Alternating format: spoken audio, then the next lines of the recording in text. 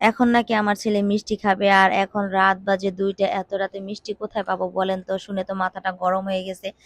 পাশ থেকে আমার ছোট বোন বলতেছে, আপু কালকে আপনাদেরকে সবাইকে আমি মিষ্টি খাই আনবো। এই কথা বলে হচ্ছে গা আমাদের গ্রামে রায়পুরে নিয়ে হচ্ছে গা এই যে বনফুলের মিষ্টির দোকানে নিয়ে আসছে, আর এখানে নিয়ে এসে বলতেছে সবাই মিষ্টি খাবেন এখানে। এই দোকানের মিষ্টি অনেক বেশি মজা, মানে ওর বাজেট ছিল 1000 টাকা, খাইতে খাইতে আমরা প্রায় 2600 টাকা খেয়ে ফেলছি। তো ইমরান এসে হচ্ছে গা দেখেন ও কি কিনতেছে না কিনতেছে। তো এখানে হচ্ছে গা আসছি মিষ্টি খাওয়ার জন্য এসে হচ্ছে গা ফাস্ট ফুড দেখে জিভলা সামলাইতে পারতাছি না। তো এখানে হচ্ছে গা এই যে পিজাটা ইমতিয়াজ বলতেছে, মানে ও মিষ্টি খাইতে আসছে, ওই বলতেছে আম্মু এই পিজাটা নিও। তো এই পিজাটা হচ্ছে গা নেওয়ার পরে পিজাটা খাইছি, খাওয়ার পরে আসলে অনেক বেশি মজা পাইছি। এরপরে বললাম যে শর্মা নাও। তো এখানে হচ্ছে গা 6টা শর্মা আর চিকেন ফ্রাই নিছি। তারপরে হচ্ছে গা ইমরান এই যে কোক নিছে, মানে যে যা পারছে সবকিছুই খাইছে, ইচ্ছা মতো মন মতো খাওয়াইছে। তো আমি আমার আম্মুর সাথে বসে বসে খাইতেছি, কারণ আমার আম্মুর সাথে আমার থাকতে অনেক বেশি ভালো লাগে। এখানে কোল্ড কফি আর হচ্ছে গা লাচ্ছি খাইলাম। মিষ্টি খাইতে এসে যদি মিষ্টি না খাই তাহলে কি হয়, আর আমার এমনিতেও খাবারের পরে মিষ্টি খাইতে হয়।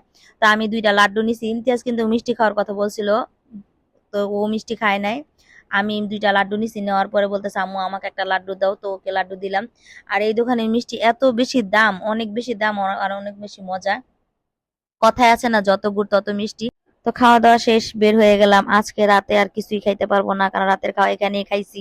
ইচ্ছা মতো পেটটা বইরা গেছে গা। এরপরে বাসায় চলে যাইতেছি, পরের দিন হচ্ছে গা ফুফুদের বাড়ি যাব। তো যাইতেছি, এখানে ফুফু বলছিল সকাল সকাল যাইতে, আর সেখানে যাইতে আমাদের প্রায় 2:30টা বেজে গেছে। এরপরে ফুফু যে আজ খাওয়া ইচ্ছা মতো ধোলাইটা দিব, আর যাওয়ার সময় এই রাস্তাগুলো একটু হাইটা হাইটা দেখতেছি। চারোদিকে এত ক্ষেত, সবুজ আর সবুজ, মানে এই সবুজ কিছু দেখলে আর মানে কি বলবো, মাথা পুরা নষ্ট হয়ে যায়, এত সুন্দর গ্রাম। এরপরে হচ্ছে গাই তো ফুপুদের বাড়ি আসলাম। ভয়ে ভয়ে গেটে টোকা দিতেছি, আজকে তো ফুপু গেট খুলে ইচ্ছা মতো ধোলাই দিবে, এই যে ধোলাই দিতেছে। সকাল সকাল আইতে কইছি, আর এখন বাজে 2:30, এখন আইসো, ফুপু ইচ্ছা মতো বকতাছে। তারপরে এখানে আইসা বসলাম, বসার পরে হচ্ছে গা দুপুরে খাওয়া দাওয়া করব, খাওয়া দাওয়া করে হচ্ছে গা মানে বা আমাদের বাড়ি যে হচ্ছে গা কাপড় টাপড় গুছাই, এই যে লাকিস টাকিস গুছাই বাড়িতে চলে, মানে ঢাকা চলে যাব। এখানে হচ্ছে গা সব গুছাই রেখে গেছিলাম, শুধু ভিজা কাপড় একটু বইরা নিছি। এরপরে এই যে আমার মা জননী, আর হচ্ছে গা সাথে আমার আরেকটা মা ভাগ্নি, ও দাঁড়ায় রয়েছে বিদায় দিতেছে। সিএনজিতে উঠলাম, মনটা অনেক বেশি খারাপ, তারপর হাসতেছি। এই যে মা বিদায় দিতেছে বলে ভালো মতো যাইও, সহি সালামতে যাইও।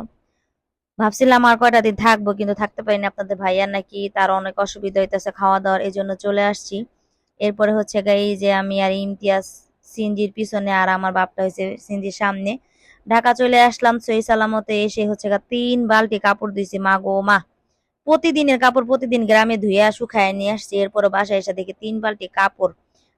ভাবা যায় কোনো কিছু? তো আজকের মতো ভিডিও এই পর্যন্ত, সবাই ভালো থাকবেন। আর এই যে দেন পাখির বাসাটা, আমার চড়ুই পাখির বাচ্চা।